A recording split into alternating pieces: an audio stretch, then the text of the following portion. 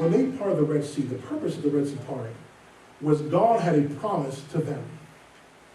So in order to fulfill your promise, I'm going to move things that men can't move for you.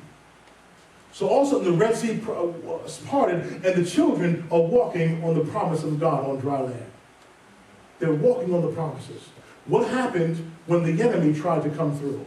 It's not that the enemy can't walk. It's the fact that he cannot walk on promises that were not intended for him. So what they did was, I'm walking on something that my enemy cannot stand on. He cannot stand on promises that were never made for him. God made the promises for the people. So that's why when we believe in the promise and we begin to walk in the promises of God, I'm walking in areas that my enemy cannot walk on. He cannot fulfill the promises of God. My enemy cannot walk where God intended me to walk. When I'm outside of his will, then I'm not walking on where he put me. So we have to make sure, and that's our third principle, we have to begin to walk in places that your enemy cannot.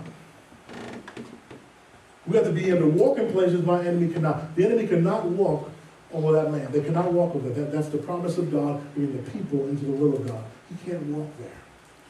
So they realize that they're in a place where they are walking in God, following the movement of God, but as soon as something happened, they began to doubt God.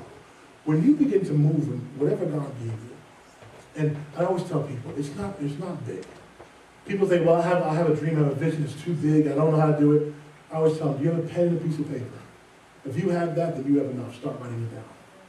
Write it down. What's the vision? What's the name? Where do you want to go with it? How do you see it developing?